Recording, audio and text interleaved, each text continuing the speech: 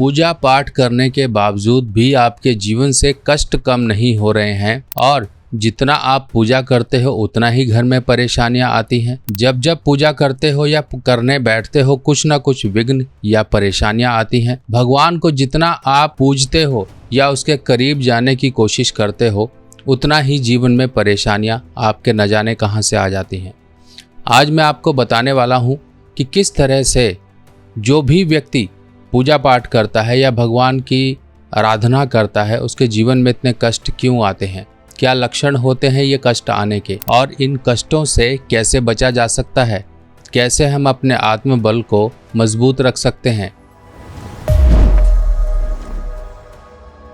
तो नमस्कार दोस्तों, मैं सुभाष शर्मा चंडीगढ़ से। आज हमारा टॉपिक कुछ अलग है और अलग है पूजा पाठ से संबंधित। देखिए, पूजा पाठ करना एक ऐसी शक्ति है जो व्यक्ति को भगवान का नाम लेते ही, स्मरण करते ही उसके अंदर एक आत्मबल को पैदा कर देती है, एक मानसिक शक्ति देती है, एक अलग ही एनर्जी का एक अनुभूत करवाती है, व्यक्ति को कहीं ना कहीं मानसिक रूप से मजबूत करती है।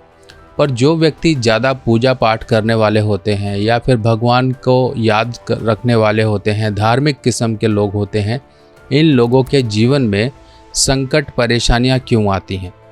सबसे पहले समझिए कि ये लक्षण क्या है परेशानियां आने के और क्यों आते हैं, ये भी मैं आपको बताऊंगा। सबसे पहला लक्षण ये होता है कि आप कोई भी काम करें, जो भी शुभ काम होता है, यानी कि शुभ काम, जैसे कि कई लोगों को आपने देखा होगा घर में कोई भी शुभ कार्य करने लगते हैं तो कुछ ना कुछ अड़चन परेशानियां आ जाती हैं, चाहे वो शादी ब्याह हो या कहीं जाने लगे हों कोई शुभ काम से, या कोई नई चीज़ घर में आ गई हो, या फिर घर में आपने सेलिब्रेशन की हो। अब जब भी व्यक्ति ये करता है, और इसके साथ साथ एक चीज़ और इंक्लूड होती है इसके, कि जब भी आप कोई उपाय करने जाते हो तब उसके बाद से परेशानियां आपके जीवन में आ जाती हैं। ये परेशानियां आने का कारण ये होता है कि जो बुरी शक्तियां हैं, बुरी शक्तियां वो आपके जीवन में अच्छा होने नहीं देना चाहती हैं। आपका जीवन संघर्षपूर्ण चल रहा है, आपका जीवन अच्छा चल रहा है, पर इन बुरे ग्रहों को ये मंजूर नहीं है कि आपके जीवन में कोई भी सात्विक शक्ति प्रवेश करे। वो हमेशा यही चाहते हैं कि तामसिक शक्तियाँ ही आपके जीवन में प्रवेशरत रहें। जब व्यक्ति काफ़ी अच्छा उन्नत हो जाता है, पैसा कमाना शुरू कर देता है या फिर बुरे काम से वो पैसा कमाता है और उसे वो लत लग जाती है, वही लत व्यक्ति को और ज़्यादा इस तरह से लालच में फंसा लेती है कि व्यक्ति एक गलत काम किया, फिर दूसरा गलत काम किया, कहीं पर चोरी, बदनीयती या ठगी से पैसा कमाना, या फिर कोई गलत काम करना, जुआ, लॉटरी, सट्टे से पैसा कमाना जिसमें मेहनत नहीं लगती हो, सिर्फ दिमाग लगता हो। इस तरह से व्यक्ति उन बुरी शक्तियों के चुंगल में फंसता जाता है। और एक समय आपने ऐसा भी देखा होगा कि कई लोग ऐसे होते हैं जो कि बहुत पैसा कमाया और एक समय आया ऐसा कि वो हो गए शून्य, यानी कि 0 बटा सन्नाटा और कुछ नहीं।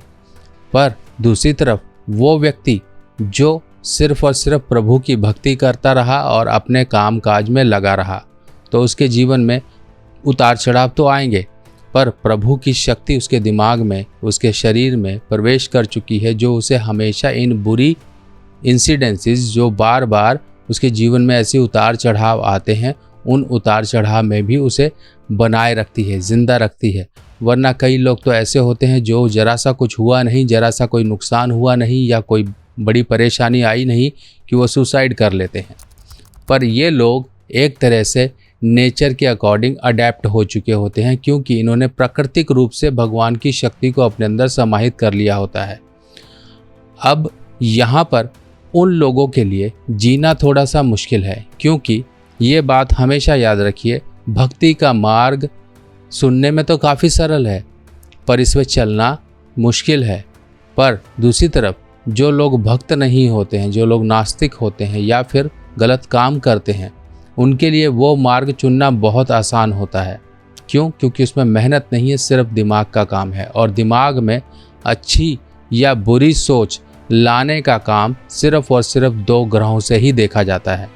पहला जो कि है बुध, यानी कि आपकी बुद्धि, और उस बुद्धि में उठने वाली तरंगे जो हैं राहु। अगर इन दोनों का कहीं से खराब कनेक्शन हो कुंडली में, तब इस केस में व्यक्ति जो भी सोचेगा वो उल्टा सीधा सोचेगा, या ऐसा सोचेगा किसी का बुरा कर दो, किसी का नुकसान कर दो, किसी के लिए किसी के काम में टांग अड़ा दो, कुछ भी करो, तो इस तरह से होगा। पर जब भी बृहस्पति, बुध और राहु 3 ग्रह अच्छे होंगे व्यक्ति के, तो व्यक्ति धार्मिक भी होगा, सोच भी अच्छी रखेगा, कोई काम करेगा तो मेहनत से करेगा, उसके लिए गए सोच विचार वाले तरीके सब उसके जीवन में अच्छा एक असर देने वाले होंगे।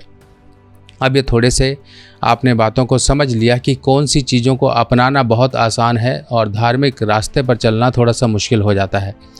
पर जो धार्मिक लोग होते हैं ये परेशान क्यों होते हैं? सबसे पहली बात कि रास्ता ही थोड़ा कठिन है, भगवान आपके हर समय पर परीक्षा लेंगे। और दूसरी तरफ जो व्यक्ति सीधा होता है, सीधा यानी कि धार्मिक प्रवृत्ति का, अच्छे नेचर का, उसको लोग जीने नहीं देते हैं।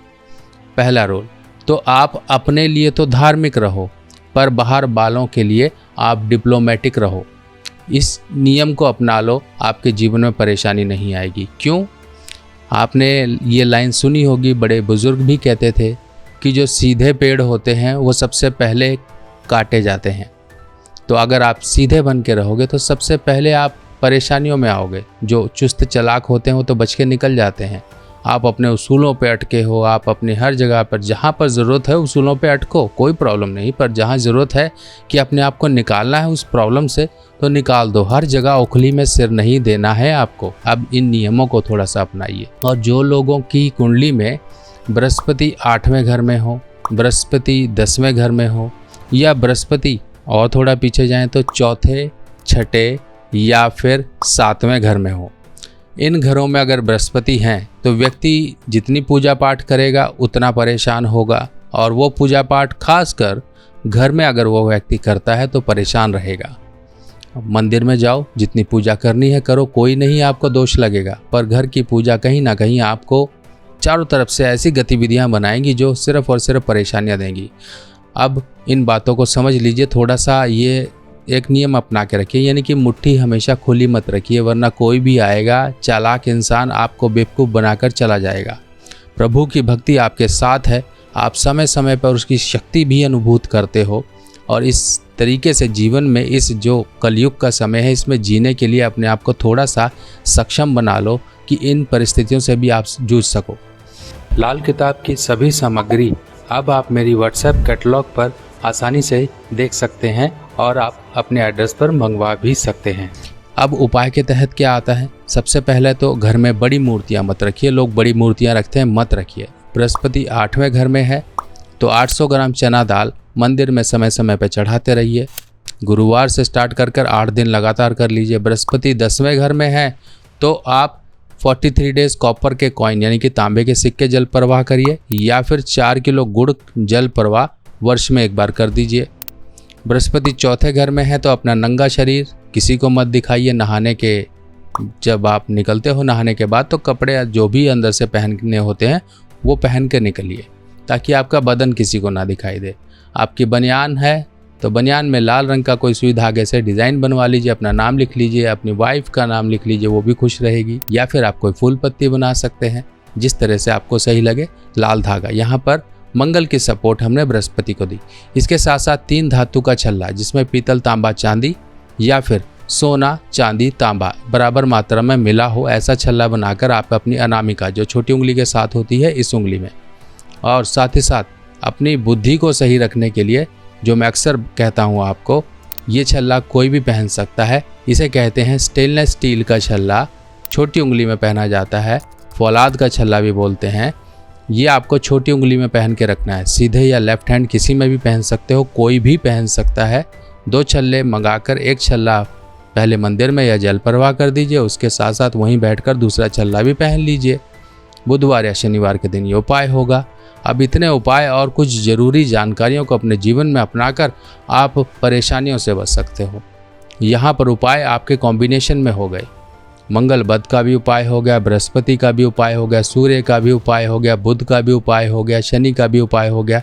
देखिए बातों बातों में उपाय भी हो गए, छोटे छोटे उपाय हो गए, और ज़रूरी बातें जो समझने वाली थी वो भी आपने समझ ली। सावधानियों, परहेज़, इनको अपने जीवन में अपना के रखिए। परेशानी आपके जीवन में नहीं आएगी। आएगी तो आप इतने सक्षम रहोगे कि उन परेशानियों से अपनी सूझबूझ से आप निकल सको।